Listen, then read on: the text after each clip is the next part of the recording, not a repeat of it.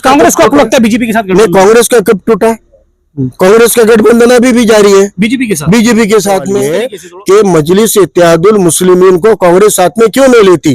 कांग्रेस ये बोलती कि हम सेक्युलर पार्टी है, हाँ ये खाली मुसलमानों की जमात है। केरला में मुस्लिम लीग को क्यों लेती साथ में?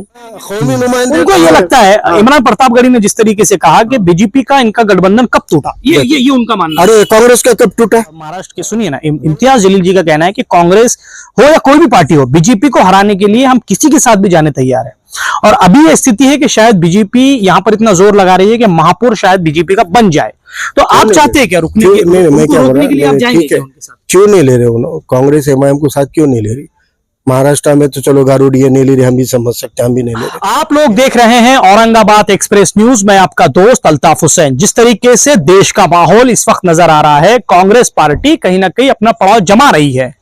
उसी के चलते कई ऐसी महाराष्ट्र में पार्टियां हैं जो पार्टियां भी अपना कहीं ना कहीं वर्चस्व रखती है, और उस पार्टियों के अंदर कई ऐसे नेता हैं जिनका एक अपना दबदबा, जिनका अपना एक नाम, जिनकी अपनी एक पहचान होती है। उसी के चलते मेरे साथ आज वंचित बहुजन आघाड़ी के महाराष्ट्र उपाध्यक्ष जो है फारूक अहमद साहब जुड़े हैं। फायर ब्रांड है वंचित बहुजन आघाड़ी के। हर वक्त वंचित बहुजन आघाड़ी के ऊपर जब इल्जाम लगते हैं, फारूक अहमद साहब उसको फेस करते हैं। मेरे साथ आज जुड़े हैं, मैं इनसे बात करने की कोशिश करूंगा। सर वेलकम है, बहुत दिनों के बाद आपसे मुलाकात हुई। मैं तो ये कहूंगा आपसे कि बड़ी देर कर दी मेहरबान आते आते। सवाल सीधा ये है, वंचित बहुजन आघाड़ी क्या कांग्रेस के साथ जा रही है? देखिए, कांग्रेस ये कभी भी अक़लियतों का, पसमानदा तबकात का विकल्प नहीं हो सकती है, बुनियादी तौर पे नहीं हो सकती है। लेकिन क्योंकि हमारे बुजुर्गों ने आज़ादी के बाद में ये इरादा कर दिया था, यह अहद ले ली थी कि हम लोग सियासत नहीं करेंगे, तो फिर किसी न किसी जमात का दामन थामकर हम रहते आए हैं। तो वैसे पीढ़ियां दर पीढ़ियां हम कांग्रेस से जुड़े रहे थे, लेकिन उसी कांग्रेस ने हमारे वोट लिए, लेकिन हमारे एजेंडा पर काम नहीं किया, इसलिए कांग्रेस से लोग टूटे हैं। अब अकेले मुसलमान उनसे जुड़ जाने से कांग्रेस कोई इख्तिदार में आने वाली नहीं है। और कांग्रेस का मिजाज ये है कि हम बदलेंगे नहीं, हम सुधरेंगे नहीं, लोग बदजन होकर हमको चुनेंगे तब हम आएंगे। तो अब ये तो कांग्रेस की मस्ती है, अब उसकी मस्ती को आवाम मजबूर करती है उनके साथ इत्तेहाद करो। तो लेकिन फिर भी इनकी मस्ती तो जाती नहीं है। मुसलमानों के साथ भी कभी इत्तेहाद नहीं करेंगे और पिछड़े तबकात के साथ भी नहीं करेंगे, क्योंकि उनको ये वोट बैंक अपने बाप दादा की जागीर दिखती है।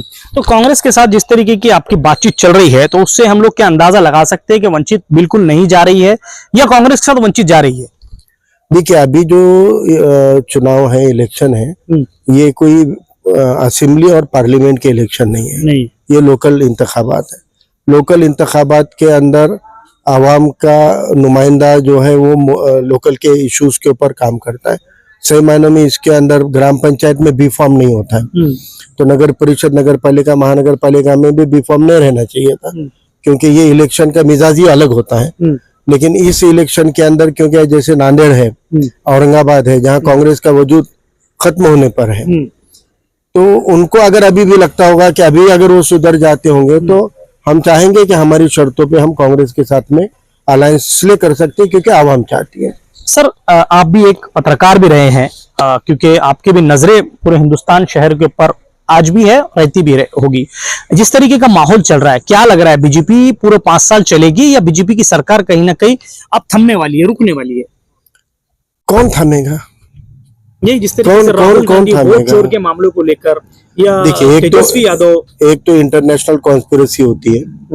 हम ऐसा मानते हैं कि हम एक जमहूरी मुल्क है, हम आजाद मुल्क है, और हम थे भी, लेकिन पिछले कुछ दहाइयों से इन हुकूमतों ने, पहले कांग्रेस ने भी और अब बीजेपी ने भी, इंटरनेशनल कॉरपोरेट्स के साथ में हाथ मिलाए हैं। अब वो तय करते हैं कि भारत की हुकूमत क्या होनी चाहिए, और इंटरनेशनल पॉलिटिक्स में बहुत तब्दीली आ रही है। आपने देखा कि अमेरिका की जो पॉलिसियां थी वो अक्सर यहूदियों के हक में रही थी, लेकिन अब अमेरिका के अंदर आपने देखा कि एक नया कैपिटलिज्म सामने आ रहा है, वो ईसाइयत का कैपिटलिज्म आ रहा है, वो भी अब यहूदी कैपिटलिज्म से बाहर निकलना चाह रहे हैं।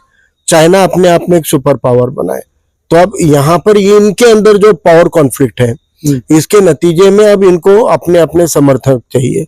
तो ये जो चेंज आ रहा है इंटरनेशनल लेवल पे पॉलिटिक्स का, ये मुसलमानों के हक में है, मुसलमानों के बेहतरी में उसका एक हिस्सा है कि अब यहाँ की हुकूमत को जो अमेरिका का कैपिटलिज्म है वो रखना नहीं चाहता है, तो वो अपना सपोर्ट जो है वो किसी अपोजिशन को देता है। ओके। तो ये एक इम्कान है कि हो सकता है कि राहुल गांधी को कैपिटलिज्म का एक सपोर्ट मिल रहा होगा।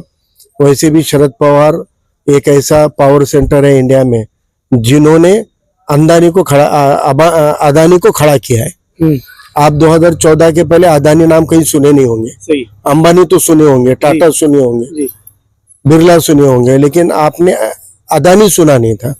तो ये अदानी का कैरेक्टर ही शरद पवार ने पैदा किया हुआ है। शरद पवार ने 2012 में भांप लिया था कि अब 14 में राहुल गांधी या कांग्रेस विकल्प नहीं है और हिंदुत्व की एक लहर बन रही है, तो उन्होंने एक मुगली खड़ा कर दिया, अपना एक हीरो खड़ा कर दिया, और वो खड़ा करने के लिए उन्होंने अदानी का साथ लिया। सर, विधानसभा से पहले जब आपके पास जिम्मेदारी थी औरंगाबाद शहर की, एक वंचित का परचम लहरा रहा था, धरने, आंदोलन, मोर्चे, लग रहा था कि वंचित अब यहाँ पर अपना पड़ाव रखेगी। लेकिन विधानसभा इलेक्शन के बाद जिस तरीके के वोट मिले हैं आपको पूर्व में और मध्य में, ऐसा लग रहा है कि क्या यहाँ से वंचित बहुजन आघाड़ी पूरी तरह साफ होते नजर आ रही है? नहीं, ऐसा बिल्कुल नहीं है। वंचित बहुजन आघाड़ी पूरी ताकत से यहाँ पर है। एक चीज होती है कि लोगों के जहनों में आपने कैंपेन कैसी खड़ा की है। अब अपने पास में गारूडी की तरफ पब्लिक बहुत आसानी से जाती और किसी सहाफी के या किसी अच्छे मुकर्रिरीन को सुनने के लिए नहीं जाती। तो गारूडी उनको जमा तो कर देता, सांप और मुंगूस की लड़ाई बताता बोलता, लेकिन वो गारूडी कभी सांप और मुंगूस को लड़ाते ही नहीं। उसके पास सांप भी रहता, मुंगूस भी रहता, लड़ाता कभी नहीं हो, लेकिन तावीज बेच के चले जाता। तो अब गारूडियों के पास में भीड़ जमती है। जैसे हम किसको समझे, गारूडी किसको समझे? देखो, औरंगाबाद की आवाम बहुत होशियार है, बराबर है। वो भले गारूडी का खेल देखना पसंद करते, गारूडी के बाद भीड़ भी जमाते, लेकिन उनको मालूम है गारूडी कौन है, तो इसलिए अब उसको मेरे मुंह से इशारा किसकी तरफ हो सकता है? मैं क्या समझू? देखिए, समझने की कोई जरूरत ही नहीं है, आवाम समझ जाती है सब चीजें। तो ये जो इलेक्शन में जहनों को बांट देते हैं ना, ये बात समझ लेनी चाहिए। मैं जब तक यहाँ 3-4 साल मैं यहाँ पर ऑब्जर्वर के हैसियत से आता था, आपके चैनल से मैं हमेशा कहता था महाराष्ट्र में कहीं इनकलाब होगा तो औरंगाबाद में होगा, लेकिन किस शर्त पे होगा कि अगर यहाँ इत्तेहाद होता है पसमानदा तबकात के साथ में, तो फिर वो इत्तेहाद को तोड़ने वाले अपने मफाद के लिए जोड़ना चाहते, लेकिन बाकी के लिए नहीं। मैंने आज भी कहा है कि आप बिरयानी अच्छी बना रहे है ना, पहले भी बनाए थे, मगर पहले के बिरयानी के अंदर 2 बड़े शख्सियतों का ताउन था उसमें। वो देख में दम वम दिए या आगे मुश्काब पे लेके पहले खुद खा लिए। अब अभी भी देखो, तुम अकेले खाते हो, आजू बाजू में कोई नहीं रहता। अच्छा सर, ये खुद खा लेते और फिर देख में मट्टी डाल देते, मैं खा लिया, आप कोई नहीं खाना। अच्छा। तो ये जो मफाद परस्ती है ना, ये मफाद परस्ती कौम का नुकसान कर रही है। ये कुछ देर के लिए जोक हो सकता है, हंसी मस्करी की बात हो सकती है, लेकिन हम जो पसमानदा हो रहे हैं ना, उसके पीछे ये वजह है कि जब तक हम अपने जाती मफादात की कुर्बानी देकर सियासत को नहीं देखेंगे, तब तक हम मजलूम कौम बनकर रहेंगे। सर, जैसे कि आप कह रहे हैं कि इसका नुकसान कौम भी उठा रही है, अदर जो पिछला तबका है वो भी उठा रहा है, लेकिन अगर मैं ये बात कहूं कि अगर गठबंधन, फिर मैं वही सवाल पे आऊंगा, आप कहेंगे कि अरे वही सवाल आपने लेके आए, 19 में भी गया था, 24 में भी वो मौका था आपके पास, इस वक्त था। अगर विधानसभा में ये गठबंधन होता, क्योंकि मुझे जहां तक की जानकारी है, प्रकाश अंबेडकर साहब को कॉल किया गया था कि आप गठबंधन के लिए तैयार है क्या, क्योंकि मैं खुद इस बात का गवाह था, मेरे सामने कॉल किया गया था। ठीक है ना, सुनिए ना, 2024 में फोन किया गया था प्रकाश अंबेडकर साहब को, मुझे पता ना, दारुसलाम से कॉल किया गया था, मैं वहां पर मौजूद था। अब जब किया गया था उस वक्त अगर प्रकाश के नंबर पे फोन लगा रहा, मेरे को मालूम रहता है, तुमको बोलता कुछ भी मैं इनको लगा रहा हूँ बोल के, पर मैं किसको लगा रहा मेरे को मालूम रहता ना, ऐसा नहीं रहता हो। ये सब देखो, ये सब गुमराह करने वाले नहीं कहा था कुछ भी। 24 में कोई बात नहीं हुई, 19 में ये लोग जब बाहर निकल गए, उसके बाद में प्रकाश अंबेडकर साहब के साथ कोई डायलॉग नहीं है, उन्होंने किया नहीं। अब 25 में क्या इनकलाब है, 25 में क्या है? अगर 2 कौमें एक साथ आ गई, जब तक महाराष्ट्र की कमान गारूडी के हाथ में है, तब तक तो कुछ इम्कान नहीं है। अरे सबको मालूम नाम क्या, आपको इतना क्या है, आप इतना क्यों बेचैन और बेताब है, आप भी समझ गए। अब आप बताओ, आपकी मुस्कुराहट के पीछे क्या नाम है? आप बताइए। अरे भाई, आप एक पार्टी के जिम्मेदार है, आप इतना जो मुस्कुरा रहे, उसके पीछे आप उसके पीछे की आप बताइए ना, आप बताइए ना। देखिए, मैं अगर यहाँ पे ऑब्जर्वर था तो मैंने नाम लेकर और मैंने स्टेज के ऊपर से, मंच के ऊपर से ये करते, क्योंकि हमारी जिंदगी का फलसफा यही है कि सियासत में दुकानदारी नहीं कर रहा, क्योंकि जमहूरियत के अंदर सियासत सबसे पाकीज़ा होनी चाहिए। क्योंकि दूसरे शोबे जो है, यानी टीचर भी बहुत अच्छा शोबा है, बहुत जरूरी है, वो भी सोशल इंजीनियर है, डॉक्टर भी है लोगों की जान बचाता, वकील है लोगों की इंसाफ दिलाना, लेकिन उन सब शोबों में सबसे ईमानदार कायद रहना चाहिए, सियासत होनी चाहिए। जमहूरियत में जिस कौम की सियासत मजबूत होती है, ईमानदार होती है ना, वो कौम भी मजबूत होती है। आज हमारी सियासत के अंदर मक्कारियां आ गई है, हमारी सियासत के अंदर मफाद परस्ती आ गई, हमारी सियासत के अंदर खिदमत की जगह तिजारत का जज्बा आ गया, इसीलिए हम मजलूम हैं। नहीं तो हमारे पास में इतने बुनियादी तौर पे इतना अच्छा आइडियोलॉजी हमारे पास में है। हमने दुनिया को मसावत दी वाली है, हमने दुनिया को हक और इंसाफ का सिस्टम दिया है, हमने दुनिया को आइन दी वाली है। अगर दुनिया में कहीं पर पहली बार कॉन्स्टिट्यूशन बना था तो नबी करीम सल्लल्लाहु अलैहि वसल्लम के दौर में, मदनी दौर में बना था। मदीना चार्टर को आज भी अमेरिका के यूनिवर्सिटी के अंदर फर्स्ट कॉन्स्टिट्यूशन बोलकर जिक्र किया गया है, उसको चार्टर को लगाया गया है। हमने दुनिया को दिया है सारी चीजें, फिर आज ये मजलूम है। क्यों है? क्योंकि हम अपनी बुनियाद से हट गए वाले हैं। अच्छा सर, कांग्रेस ये कहती है कि बीजेपी को रोकने के लिए हम सबको अपने साथ लेंगे। जैसे तेजस्वी यादव के साथ में भी प्रचार राहुल गांधी बड़ी जोरों से कर रहे हैं। उसी के अलावा कल महाराष्ट्र के एमआईएम अध्यक्ष जो है, सुनिए ना, मैं सवाल भूल जाऊंगा, एमआईएम के महाराष्ट्र अध्यक्ष तथा महाराष्ट्र के, सुनिए ना, इम्तियाज जलील जी का कहना है कि कांग्रेस हो या कोई भी पार्टी हो, बीजेपी को हराने के लिए हम किसी के साथ भी जाने तैयार है। और अभी ये स्थिति है कि शायद बीजेपी यहाँ पर इतना जोर लगा रही है कि महापौर शायद बीजेपी का बन जाए। तो आप चाहते हैं क्या रोकने के लिए? आप जाएंगे क्या उनके साथ? क्यों नहीं ले रहे कांग्रेस एमआईएम को साथ, क्यों नहीं ले रही? महाराष्ट्र में तो चलो गारूडिया नहीं ले रही, हम भी समझ सकते हैं, हम भी नहीं ले रहे। बिहार में क्यों नहीं ले रहे? तेलंगाना में क्यों नहीं ले रही? क्यों नहीं लेती? मेरा सवाल है आपको, कांग्रेस एमआईएम को अपने साथ क्यों नहीं लेती? आप जवाब दो ना, क्यों नहीं लेती? मैं प्रवक्ता नहीं होना सर। नहीं, प्रवक्ता नहीं, पत्रकार तो है। पत्रकार, हाँ, कौमी नुमाइंदे। उनको ये लगता है, इमरान प्रतापगढ़ी ने जिस तरीके से कहा कि बीजेपी का इनका गठबंधन कब टूटा, ये उनका मानना। अरे कांग्रेस का कब टूटा? कांग्रेस को आपको लगता है बीजेपी के साथ? नहीं, कांग्रेस का कब टूटा? कांग्रेस का गठबंधन अभी भी जारी है बीजेपी के साथ। बीजेपी के साथ में इस तरीके से थोड़ा। अरे राहुल गांधी बाहर क्यों है? सोनिया गांधी बाहर क्यों? जेल में रहना चाहिए थे ना वो।